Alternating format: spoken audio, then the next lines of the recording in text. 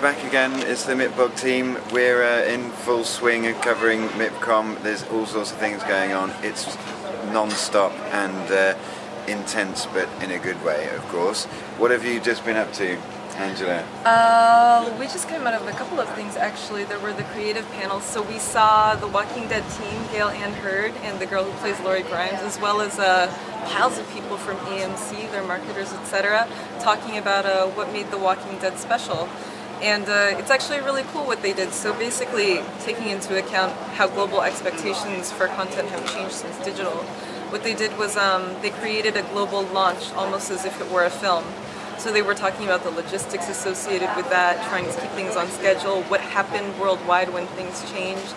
It was really, really complicated. And just before that, we got a really good glimpse of Jane Campion and Jared Lee's Top of the Lake, which is also really interesting, and which took kind of an opposite approach, because they were talking about how instead of taking from the merits of film, they were saying TV is a lot better for producing something cinematic, because you have a lot more time for character development. It's a lot more luxurious. So yeah, good stuff today. And she said she didn't like the internet, didn't she?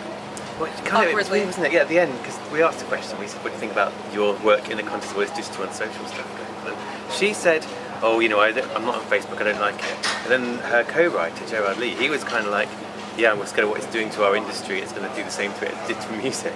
Yeah. And yet, weirdly, earlier on, Jane Campion said what she likes about doing a TV series is the idea of people maybe using it on a streaming service and watching it over a weekend.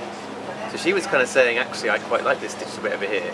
Yeah. But he was obviously worried about piracy, I guess, and also creative constraints. She was talking about how if there's no budget to do anything and things get really unreasonable, she just doesn't want to do anything. yeah, she wants to do good work rather than crap.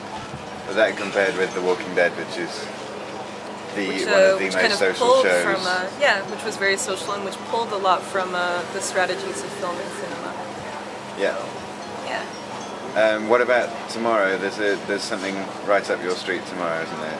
Angry Birds. Angry I'm going to Birds. be angry about birds tomorrow, so to speak. Yeah, Rovio, Andrew Stolbauer, who's a North American head, is going to talk. And they've done a big deal this week with a little known entertainment brand called Star Wars. Yeah. So he's going to be talking about what they're doing there. They're doing a game and toys and merchandise and great big costumes. Excellent. So I imagine the costumes. This time next year we could be wearing big we could all be Angry Birds. Angry Birds stuff. So he's talking, so I guess he's talking about what they're doing and the licensing strategy.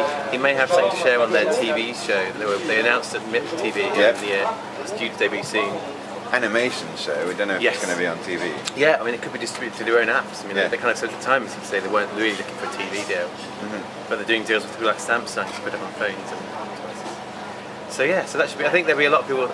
I detect this year it's Angry Birds the thing that makes everyone wake up and sort of look a bit threatened and a bit excited. Yeah. In equal measures. So I think it'll be quite a threatened and excited crowd. Threatened and excited crowd. Threatened and excited. But also like seeing a facially conflicted crowd. Yeah.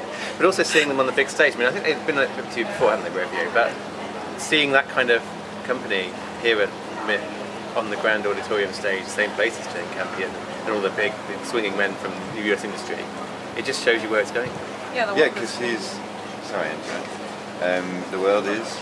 The world is changing, that's all I wanted to say. It's just a really tiny generality stapled to the end of that YouTube phrase. as well, like seeing YouTube yesterday, he was proud on the with all stage, of like those, he was a network entertainment boss, he was kind of like, this is my place. YouTube did that, Rovio, he might be proud on stage, but it's kind of... but the YouTube party was also kind of crazy, how it was all of those, like, the producers all trying to, like, get in. Yeah, YouTube have clearly become this kind of, it's not a surprise, a power broker really, everyone's trying to sort of get in with them. And Andrew Stolbo, who's speaking for Rovio tomorrow, he's from the TV business, he's from the mobile entertainment business. So these new up-and-coming companies, they obviously have the means to hire big people out of the TV industry. It's funny because I met the Cut the Rope guy yesterday, and he was saying this thing of, these people come here, and they're all here, talking about Angry Birds and Cut the Rope, saying how big it is. But they're not really kind of coming and bowing down saying, please give us a TV deal. They were coming and saying, you know what, we might actually distribute it ourselves through our apps. And so, well, how can we work with you? And they're almost coming as equals, maybe the wrong way of putting it, but they're not coming cap in hand saying, now can we get a TV deal, please? They're almost thinking, well, we could do it elsewhere, so tell us what you got. Great. Thank you very much. It's all on MIPBlog.com and on MIPCom.com for the full conference videos. Thank you. Bye bye. See you tomorrow.